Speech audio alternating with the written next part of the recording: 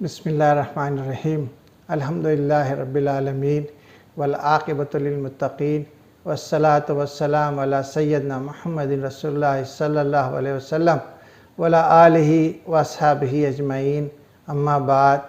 अज़ीज़ सामईन, अस्सलामु अलैकुम वरहमतुल्लाहि वबरकातुहू।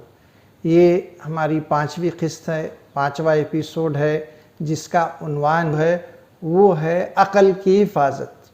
पिछली 4 एपिसोड्स का अगर ख़ुलासा फास्ट फॉरवर्ड के अंदाज़ में मैं आपके सामने पेश करूं तो वो ये है कि हमारा असल उन्वान है वो है इस्लाम का आसान और जामे तारुफ़, यानी सिंप्लीफाइड इस्लाम। और उसको समझने के लिए 3 चीज़ें ज़रूरी है। नंबर 1, इस्लाम क्या है। नंबर 2, कुरान को समझना, कैसे समझा जाए।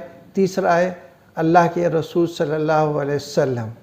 इस्लाम क्या है, इसके 3 पहलू है। एक है ईमान, दूसरा है अखलाक और तीसरा है शरीयत के भी 3 पहलू है। एक है नेसेसिटीज़, दूसरे है नीड्स और तीसरे हैं इम्प्रूवमेंट्स। नेसेसिटीज़ के भी 5 गोल है। उसमें से है दीन की हिफाजत, नफ्स की हिफाजत, अक़ल की हिफाजत, माल की हिफाजत और नस्ल या ख़ानदान की हिफाजत। आज हमारा जो मौजू है वो है अक़ल की हिफाजत। अल्लाह ताला ने इंसान को पैदा फरमाया तो उसे अक़ल दी है ताकि वो नफ़ा नुकसान में फ़र्क कर सके, पाक और नापाक को समझ सके, कुफ्र और ईमान में फ़र्क वाज़े कर सके। अक़ल अल्लाह की तमाम नेमतों में से एक बड़ी अजीम नेमत है और ये दूसरी मखलूक़ात पर उसको एक इम्तियाज़ बख्शती है। और ये अक़ल की वजह से ही इंसान शरीयत का मुकल्लफ बनता है, यानी शरीयत की ज़िम्मेदारियाँ, शरीयत के अहकाम उसी इंसान पर नाफिज हो सकते हैं जिस अक़ल से जो ठीक ठाक हो। अक़ल की हिफाजत तमाम अंबिया की शरीयतों में रही है, लिहाजा उम्मत मोहम्मदिया सल्लल्लाहु अलैहि वसल्लम पर भी अक़ल की हिफाजत ज़रूरी है। जो चीज़ें अक़ल को ख़राब करती है, जो अक़ल के लिए नुकसानदा है, इस्लाम ने उसे जो है हराम करार दिया। जैसे शराब है, मंशियात की दूसरी चीज़ हैं, ड्रग्स हैं, इसको हराम करार दिया। इसके अहकाम कुरान में भी मौजूद है और अहादीस में भी मौजूद है। और इनकी इन्हें नशा इस्तेमाल करने वालों के लिए सज़ाएँ भी मुकर्रर की है ताकि अक़ल की हिफाजत हो सके, अक़ल के साथ खिलवाड़ ना किया जाए। अक़ल को परवान चढ़ाने के लिए, उसको बढ़ाने के लिए इल्म ज़रूरी है। इसीलिए साइंस में भी ये चीज़ बात आती है कि दिमाग को जितना इस्तेमाल करेंगे तो ज़ाहिर सी बात है इल्म जो है जितना सीखेंगे, पढ़ेंगे तो उतनी ही अक़ल को परवान मिलेगी, बढ़ावा मिलेगा और अक़ल बढ़ती जाएगी। इस्लाम के ताल्लुक़ से साफ़ और वाज़ेह है कि इस्लाम अक़ल से टकराता नहीं है, बल्कि इस्लाम अक़ल की रहनुमाई करता है और उसकी जो अक़ल की हकीकी इल्म है, हकीकी चीज़ें हैं, उसे वो कबूल कर लेता है, उससे कभी टकराता नहीं है। ये साफ़ और वाज़ेह बात है कि इस्लाम कभी अक़ल से टकराता नहीं है। दीन का ताल्लुक़ अक़ल से बहुत गहरा है, बहुत वाज़ेह है। दीन के इल्म की नसूस हैं, टेक्स्ट हैं और जो क़तियत सबूत जैसे हैं, और कुछ हैं जिसमें थोड़ा सा कम है। क़तियत सबूत से मुराद वो है कि जो मोस्ट ऑथेंटिक है। Quran most authentic, most certain. उसी तरीके से अहादीस मुतवातिर, मोस्ट ऑथेंटिक, मोस्ट सर्टेन। उसके दूसरी अहादीस जो है वो गो के हदीस आइसोलेटेड यानी एक भी हो सकती है या हदीस सहिया भी हो सकती है, लेकिन उसमें कुछ चीज़ें माने में इख्तलाफ हो सकता है तो उसको अनसर्टेनिटी में लेकर आते हैं। لیکن ऑथेंटिसिटी में वो मोस्ट ऑथेंटिक है। ये बात इल्म के ताल्लुक़ से, दीनी इल्म के ताल्लुक़ से बात आती है।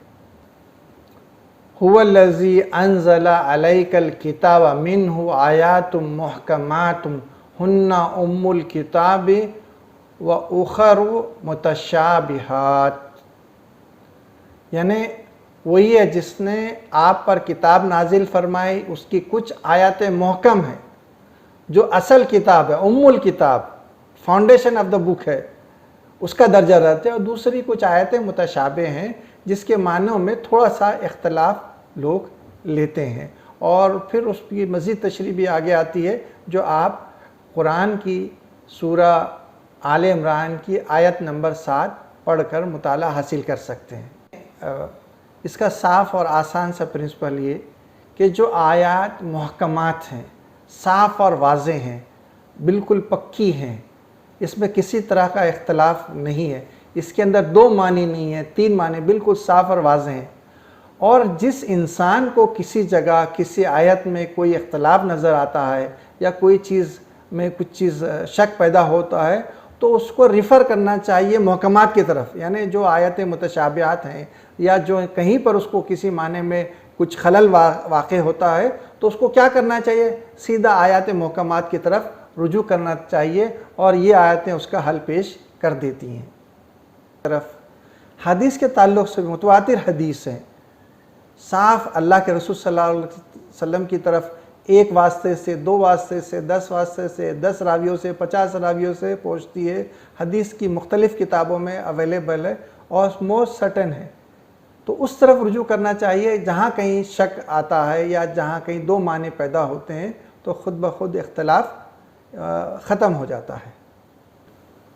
अब बात आती है दूसरे उलूम की, तो वहाँ पर इस तरह का कायदा नहीं लगता है, क़तई गैर क़तई या जो हैं दलाइल गैर दलाइल ज़न्नी, इस तरह की बातें नहीं आती, बल्कि वहाँ पर जो बात आती है वो है हक़ाइक़, फैक्ट्स, और दूसरे हैं नज़रियात, थेरीज़, 2 ही है, यानी केमिस्ट्री, फ़िज़िक्स, फ़ल्कियात, तबीयात, जो भी है, एस्ट्रोनॉमी, जियोलॉजी, ये जितने भी उलूम हैं उसमें या तो फैक्ट्स हैं या थेरीज़ हैं।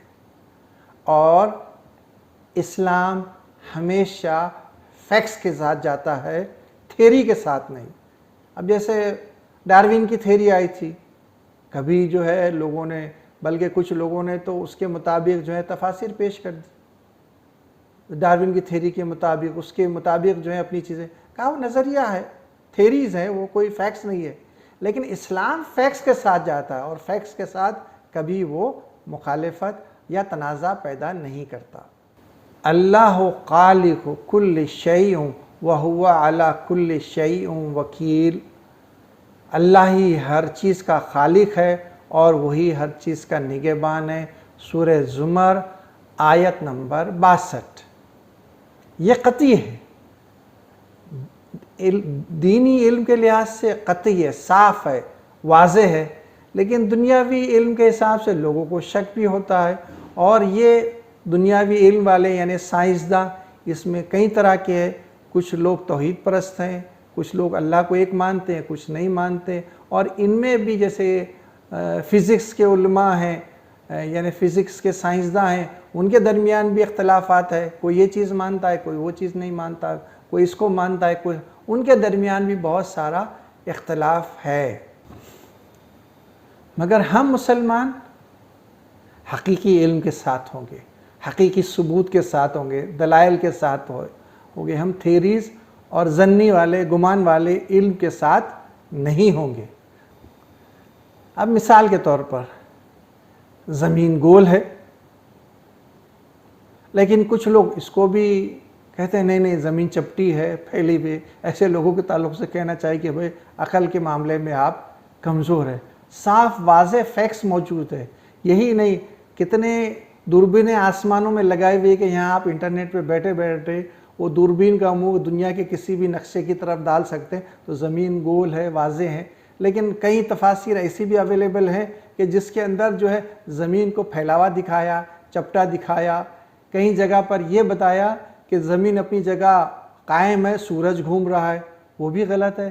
لیکن یہ فیکٹس آ چکا ہے کہ زمین سورج کے گرد گھوم رہی ہے، صاف اور واضح ہے، لیکن لوگ جو ہیں وہ اپنی ہی چیزوں پہ چلاتے ہیں۔ تو ایسے لوگوں کے تعلق سے ہمیں کہنا چاہیے کہ بھائی عقل کے معاملے میں کمزور۔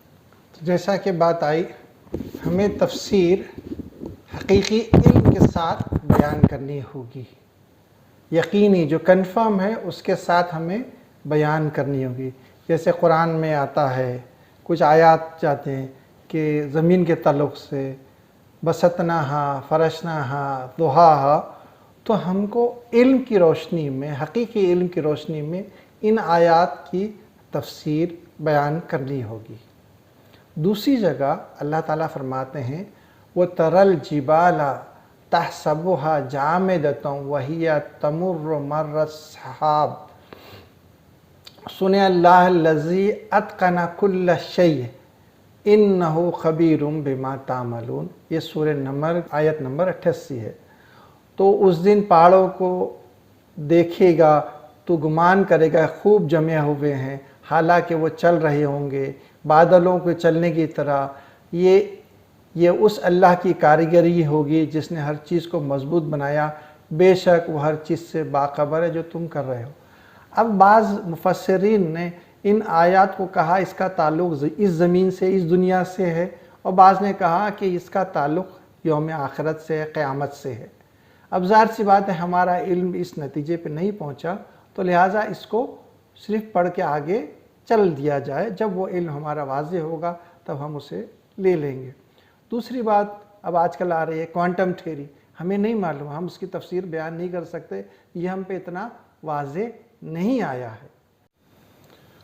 تو قرآن کی تفاسیر حقیقی علم کی بنیاد پر کی جائے، اس کو سامنے رکھ کے کیا جائے، اور ہم علم کا احترام کرتے ہیں اور علم کے ساتھ چلتے ہیں، لاجک ہے اس کا بھی احترام کرتے ہیں، اس کے ساتھ چلتے ہیں، دلیل ہے، برہان ہے، ان سب چیز کا احترام کرتے ہیں۔